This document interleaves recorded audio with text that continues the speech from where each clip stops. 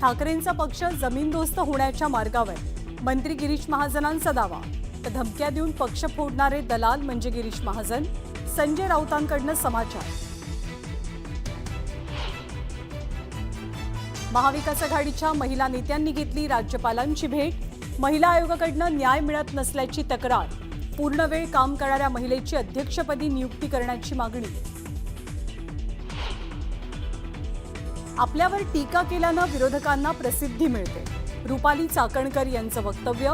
तर रुपाली चाकणकर म्हणजे रश्मिका मंदाना आहेत का? सुषमा अंधारेंचा पलटवार.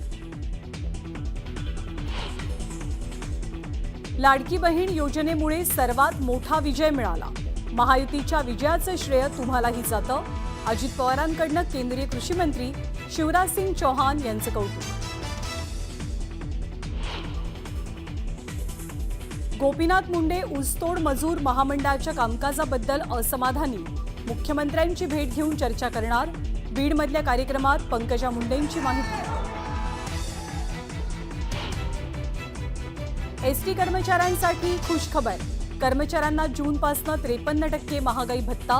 उपमुख्यमंत्री एकनाथ शिंदेंची घोषणा. रवी वर्माच्या डायरीतनं उलगडणार हेरगिरीचं रहस्य. संवेदनशील माहिती पुरवलेल्या सिंघलचा बुरखा फाटणार. भिवंडीच्या पडघामधल्या एटीएसच्या छापेमारीत धक्कादायक खुलासा. नाचन परिवारानं स्लीपर सेल तयार केल्याची माहिती. स्लीपर सेलकडनं मुस्लिम तरुणांची माथी भडकवण्याचं काम. आणि पाकिस्तान सोबतच्या शस्त्रसंधीवरनं राहुल गांधींचा निशाणा. राष्ट्राध्यक्ष ट्रम्प यांच्या फोननंतर मोदींनी सरेंडर केलं. राहुल गांधींचा घणाघात.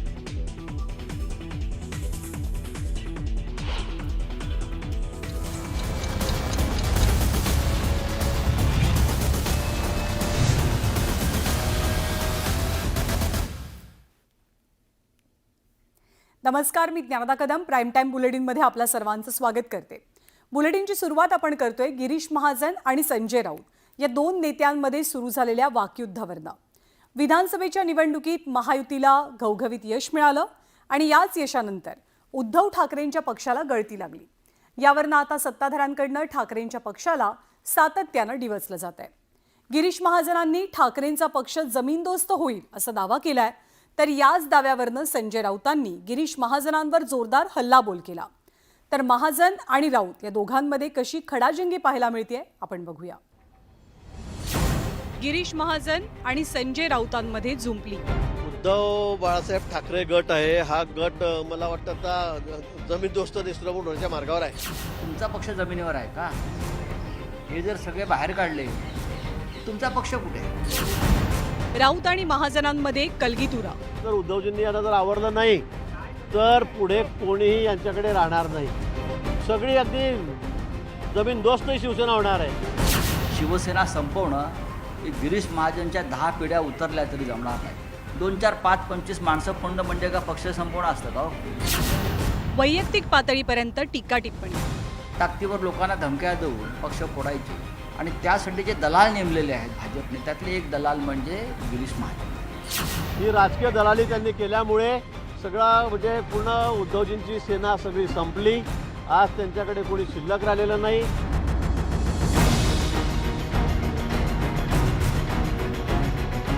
राज्याचे जलसंपदा मंत्री आणि भाजपचे नेते गिरीश महाजन आणि संजय राऊत यांच्या जणू वाकयुद्धाला तोंड फुटलंय. गेल्या काही दिवसांपासून ठाकरेंच्या पक्षाच्या अनेक नेत्यांनी आणि पदाधिकाऱ्यांनी उद्धव ठाकरेंची साथ सोडली आणि हाच धागा पकडत गिरीश महाजनांनी नाशिकमधल्या उद्धव ठाकरेंच्या शिवसेनेविषयी हे सूचक भाष्य केलं. उद्धव बाळासाहेब ठाकरे गट आहे. हा गट मला वाटतं आता जमीनदोस्त निष्प्रभूण होण्याच्या मार्गावर आहे. नाशिकला आता ते संघटनात्मक गोष्टींवर चर्चा करून गेले. त्यांच्याकडे तर तुम्ही बघा या 8 दिवसामध्ये कोण राहील कोण राहणार नाही म्हणून. त्या माणसाच्या बडबडीमुळे, त्या वागण्यामुळे सगळे लोक परेशान आहेत. मला वाटतं स्वतः उद्धवजी परेशान असतील, पण ते आउट ऑफ कंट्रोल झालेलं आहे.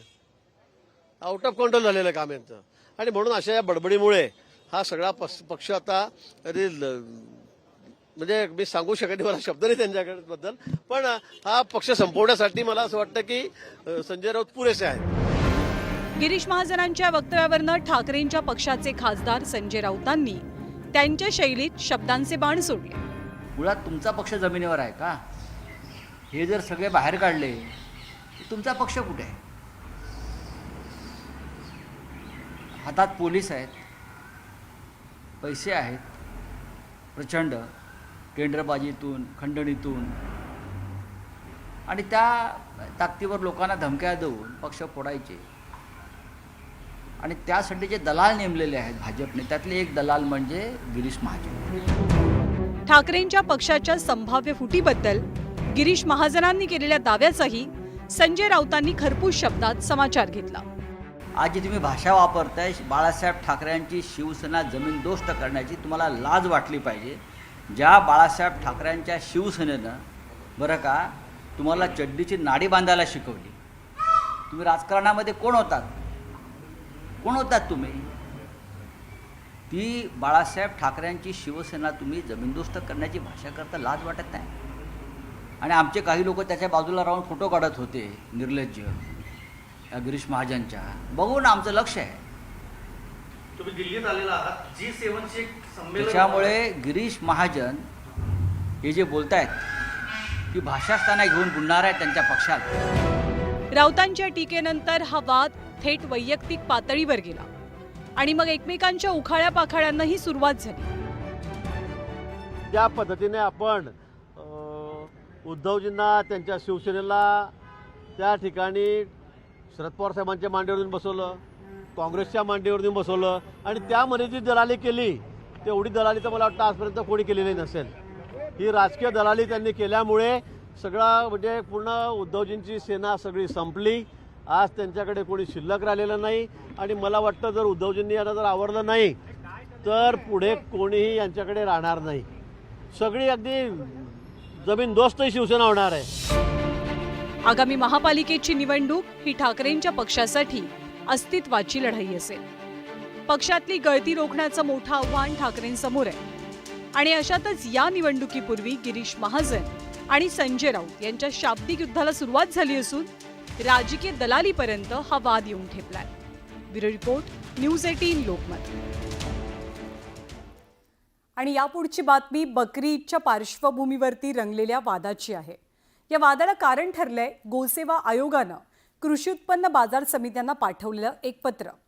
बकरी ईदच्या पार्श्वभूमीवर 3 जून ते 8 जूनच्या दरम्यान राज्यातील गुरांचे बाजार बंद ठेवावेत असं हे पत्र आहे जे गोसेवा आयोगानं पाठवलंय.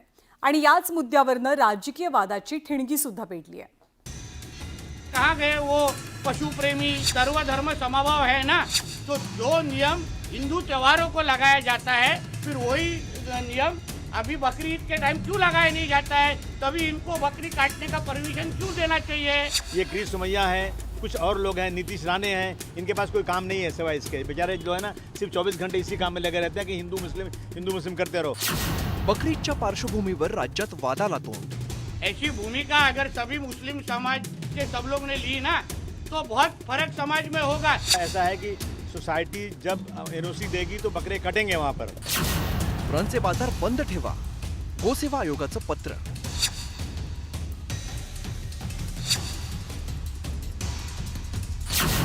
व्हर्च्युअली बकरी ईद साजरी करा, नितेश राणेंचं वक्तव्य. का नाही मुस्लिम समाज एकत्र येऊन प्राणी प्रेमासाठी, पर्यावरणासाठी व्हर्च्युअल बकरी ईद साजरी करत? बकरी ईदच्या पार्श्वभूमीवर राज्यात राजकीय वादाचा शिमगा रंगल्याचं चित्र आहे. महाराष्ट्र गोसेवा आयोगाने काढलेल्या एका परिपत्रकामुळे नवा वाद पेटलाय.